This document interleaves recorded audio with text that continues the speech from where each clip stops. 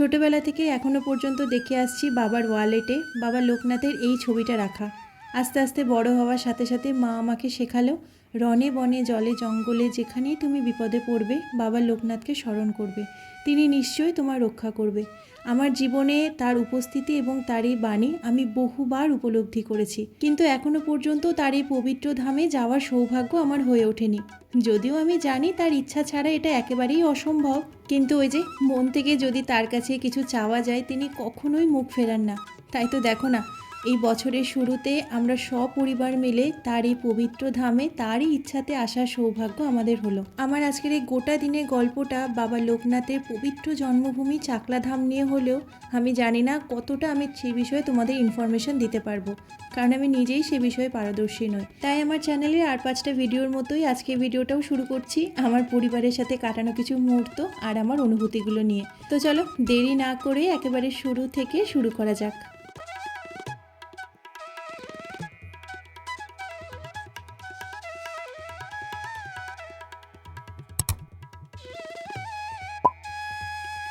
Hello everyone, welcome back to my channel.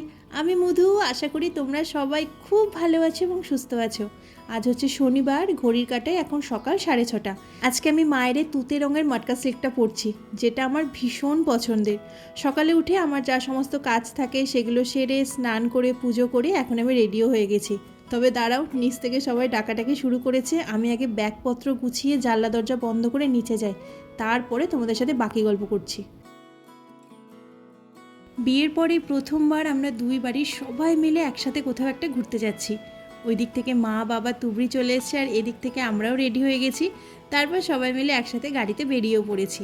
আমরা মোটামুটি ওই 7:30 কি 8টা নাগাদ বেরিয়েছিলাম, আর আমাদের বাড়ি থেকে ওখানে যেতে ওই 2 ঘন্টা মতো সময় লাগবে। আমি আর তুবড়ি বাদে বাকি সবাই এখানে আগে একবার ঘুরে এসছে, তবে আমরা আজকে যেহেতু প্রথমবার যাচ্ছি আমি তো ভীষণ এক্সাইটেড।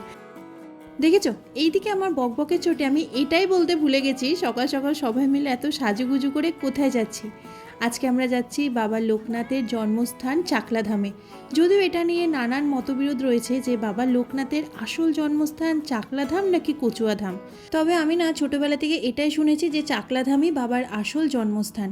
যদি এটা নিয়ে তোমাদের কোনো মতামত থাকে আমাকে অবশ্যই কমেন্ট সেকশনে জানাতে পারো। এইদিকে আমরা মন্দিরে পৌঁছে প্রথমেই চলে এসেছি একটা চায়ের দোকানে। এমনি শীতের সকাল, তার মধ্যে হাত পা পুরো ঠান্ডা বরফ হয়ে গেছে। চা খেয়ে আগে সেগুলোকে একটু ছাড়াই, তারপরে যাব মন্দিরের দিকে। এইবার তোমরা ভাবতে পারো এই ভরা বর্ষাতে আমি শীতকালে ভিডিও কেন দিচ্ছি। ওই যে গ্যালারিতে ভিডিও জমতে জমতে তা এত নিচে চলে গেছে যে গোটা শীতকাল চলে গেলে ওই ভিডিও আমার এডিট করে দেওয়া হয়নি, তাই অগত্যা বর্ষাতেই। তো যাই হোক, এইদিকে কিছুটা এগিয়ে আসতেই মা বাবার চোখে পড়েছে ভ্যানের ওপরে এই নারকেল কুলগুলো, যেগুলো আমার ভীষণ পছন্দের। বাজারে যতদিন নারকেল কুল থাকে মা বাবা বাজারে গেলেই আমার জন্য এই কুল নিয়ে আসে। তবে বিয়ের পর যেহেতু বেশিরভাগ সময় আমি এখন এখানেই থাকি, সেই জন্য কুল দেখতে পেয়ে মা আগে ভাগে 1 প্যাকেট কিনে মামামের ব্যাগে ভরেছে, যাতে আমি এখানে এসে খেতে পারি। আমাদের জীবনের সব থেকে কাছের মানুষগুলোকে না আমরা যেন একটু বেশি টেকেন ফর গ্র্যান্টেড ভেবে নিই। সেই জন্য যখন তারা আমাদের কাছে থাকে, আমাদের এই ছোট্ট ছোট্ট ভালো লাগাগুলোকে মনে রাখা, আমাদের জীবনকে আরও সুন্দর, সাবলীল, আরও একটু সহজ করে তোলার জন্য প্রতিনিয়ত প্রাণপণ চেষ্টা করা। সাথে নিজেদের স্যাক্রিফাইস তো রয়েইছে, কিন্তু সেই মুহূর্তে তাদের গুরুত্ব আমরা বুঝতেই পারি না। মনে হয় এত ছোটোখাটো জিনিস নিয়ে এত মাতামাতি করার কী বা আছে।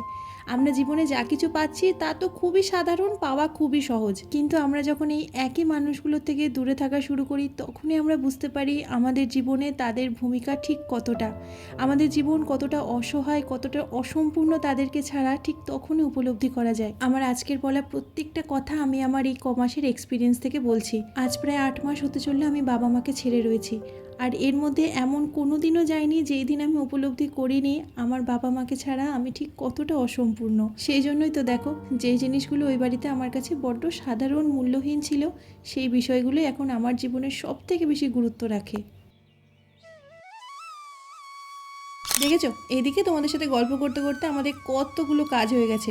ওদিকে আমাদের ভোগের কুপনও কাটা হয়ে গেছে, এদিকে পুজোর ডালা নিয়ে চলে এসেছি মন্দিরে। আর আজকে যেহেতু উইকেন্ড, সেজন্য মন্দিরে বেশ ভালোই ভিড় ছিল। দাঁড়াও, তোমাদের আগে বাবার দর্শন করায়। প্রভুর কাছে প্রার্থনা করি সবাই যেন নিজের পরিবারকে নিয়ে খুব ভালো থাকে এবং সুস্থ থাকে। তার কৃপা দৃষ্টি তিনি যেন সর্বদা আমাদের সকলের উপরে রাখেন। মন্দিরে পুজো দেওয়া দু ধরনের নিয়ম রয়েছে। যদি তোমরা ঠাকুর মশাইকে দিয়ে ওই যে ভেতরে যারা বসে রয়েছে সেইভাবে পুজো দিতে চাও তাহলে 100 টাকা দিয়ে কুপন কাটতে হবে। আর যদি সেটা না চাও তাহলে বাইরে থেকে এমনি ডালা কিনে যেমন পুজো হয় সেভাবেও পুজো দিতে পারো। তো যেহেতু মা আর মাম্মাম দুজনেই ভেতরে ঢুকে ঠাকুর মশাইকে দিয়ে পুজো দিতে চাইছিল, তো সেই জন্য ওরা দুজন 100 টাকা দিয়ে কুপন কেটে লাইনে দাঁড়িয়েও গেছে।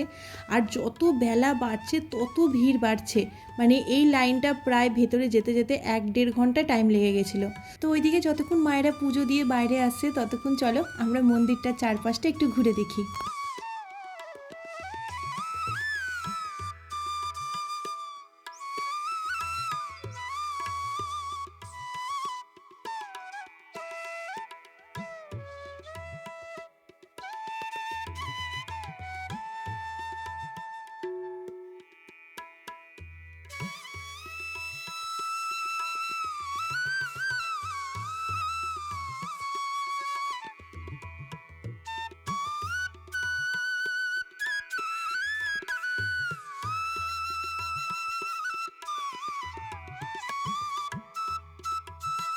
এইদিকে ঘুরে ঘুরে আমার গোটা মন্দির দেখা কমপ্লিট, আর লাইনের এদিকে এসে দেখি মা আর মাম্মাম এখনও দাঁড়িয়ে আছে।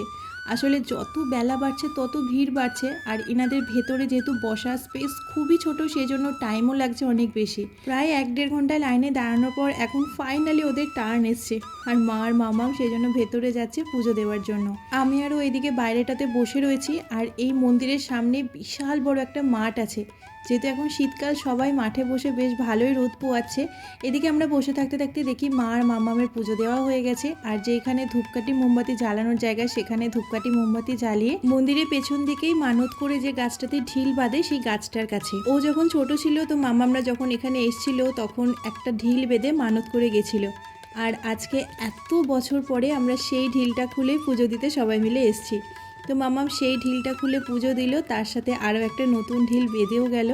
পুজো দিয়ে আমরা সবাই মিলে চলে এলাম চায়ের দোকানে। আর আজকে যেহেতু দুপুরে ভোগ প্রসাদ আমরা এখানেই খাবো সেই জন্য আমাদের কুপনও কাটা হয়ে গেছে। আর আমাদের এখানে পুজো দিতে দিতে প্রায় 12:30 বেজেই গেছিলো। ওনারা মাইকে অ্যানাউন্স করছিলেন যে 1:30 থেকে ভোগ দেওয়া শুরু হবে, আর তার আগে সেই বুঝে লাইন দিতে হবে।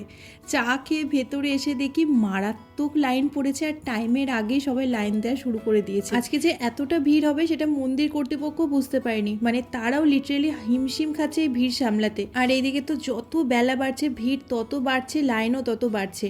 তো আমরা এখানে লাইনে দাঁড়িয়েও গেছি। আমাদের টোটাল প্রায় 2-2.5 ঘন্টা টাইম লেগেছে ভেতরে যেতে যেতে। এইখানে না দু ধরনের কুপনে প্রসাদ পাওয়া যায়, একটা হচ্ছে 40 টাকা, একটা হচ্ছে 80 টাকা। তো আমরা 80 টাকা রাজভোগ প্রসাদটা কেটেছিলাম, আর সেটা তোমরা চাইলে বসেও খেতে পারো, আবার পার্সেলও করে নিতে পারো। তবে আমরা যেহেতু বেশিরভাগই মন্দিরে বসে প্রসাদ খাওয়াটাই বেশি স্বাচ্ছন্দ্য বোধ করি, তো সেই জন্য বেশিরভাগ মানুষই লাইনেই দাঁড়িয়েছিলেন। পার্সেলের কাউন্টার একেবারেই ফাঁকা ছিল।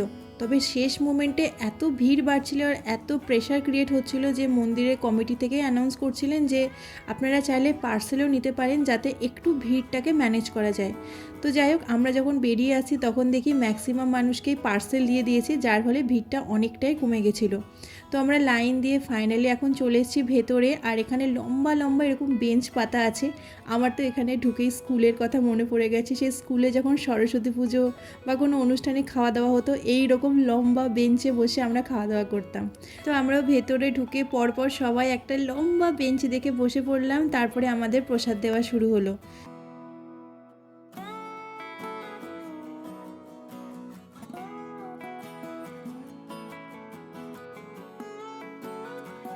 খুব তৃপ্তি করে প্রসাদ খেয়ে আমরা চলে এসেছি মন্দিরের মধ্যেই ওনাদের একটা দোকানে, যেখান থেকে আমরা একটা লোকনাথ বাবার মূর্তি নেব।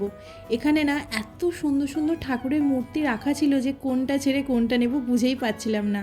তো আমরা এখান থেকে ঘুরে ঘুরে বিভিন্ন মূর্তি দেখছিলাম, আর শেষে এই লোকনাথ বাবার মূর্তিটা নিয়েছি, যেটা আমার খুবই ভালো লেগেছে। মন্দির ঘোরা, পুজো দেওয়া, প্রসাদ খাওয়া, কেনাকাটা করা, ছবি তোলা সব কিছু কমপ্লিট করে এখন আমরা বেরোচ্ছি, কারণ প্রায় বেজে গেছে 3:30-4টে। আর আসার পথে তুবড়িকে এই জিনিসটা কিনে দিয়েছে। ওর যে এই বাবেলসগুলো এত ভালো লাগে তোমাদের কি বলবো, তাই যখনই ও এটা দেখতে পায় না ও বায়না করবে এটা কিনে দেওয়ার জন্য। ছোটোবেলায় যখন আমি মায়ের কাছে বাবার কাছে বায়না করতাম আমাকে বাবেলস কোনো দিন কিনে দেয়নি, কিন্তু আমি কি করতাম জানো, আমরা যেখানে থাকতাম ওইখানে না একটা গাছ ছিল, গাছটার নাম আমার এখন মনে পড়ছে না, তবে ওই গাছের আঠা দিয়েও এই রকম বাবলস হতো। আমি কি করতাম, সন্ধ্যাবেলা বা দুপুরবেলা যখন খেলতে বেরোতাম লুকিয়ে লুকিয়ে গাছের পাতা নিয়ে আসতাম, দিয়ে সেটা দিয়ে বাবলস বানিয়ে খেলতাম। আমার তো এই মুহূর্তে গাছটার নাম মনে পড়ছে না, যদি তোমাদের মনে পড়ে প্লিজ আমাকে একটু জানিও। তো সবাই মিলে বাবেলস উড়িয়ে এখন আমরা ধরেছি ফেরার পথ, কারণ যেতেও সময় লাগবে প্রায় 2-2.5 ঘন্টা। আসার সময় যদিও খুব একটা জ্যাম ছিল না, সেই জন্য আমরা খুব তাড়াতাড়ি এখানে পৌঁছে গেছি, তবে এখন ফিরতি পথে তো বেশ ভালোই জ্যাম আছে। তার মধ্যে আজ হচ্ছে উইকেন্ড, শীতকাল, আবার পিকনিক, চারিদিকে যে কতগুলো পিকনিকের গাড়ি দেখলাম তার ঠিক নেই। এই বছর আমার এখনো পর্যন্ত একটাও পিকনিক করা হয়নি, দেখি বাড়ি গিয়ে যদি একটা পিকনিক অ্যারেঞ্জ করা যায় তাহলে সোনায় সোহাগা। আর এখন সেই সমস্ত কিছু মাথায় পাকাতে পাকাতেই আমি ফিরছি বাড়িতে। তবে এখন সবাই এতটাই টায়ার্ড যে আসার সময় যতটা বকতে বকতে আমরা সবাই এসছি, এখন সবাই চুপচাপ যে যার মতো ঘুমাচ্ছে। আমি না যখনই কোথাও যাই যাওয়ার সময় মনে হয় রাস্তায় ফুরাচ্ছে না, আর আসার সময় মনে হয় কি তাড়াতাড়ি চলে এলাম। এই আজকেই দেখো যখন যাচ্ছিলাম শুধু ভাবছিলাম কখন পৌঁছাবো, আর এখন দেখো 2-2.5 ঘন্টা কোথা দিয়ে বেরিয়ে গেল বুঝতেই পারলাম না।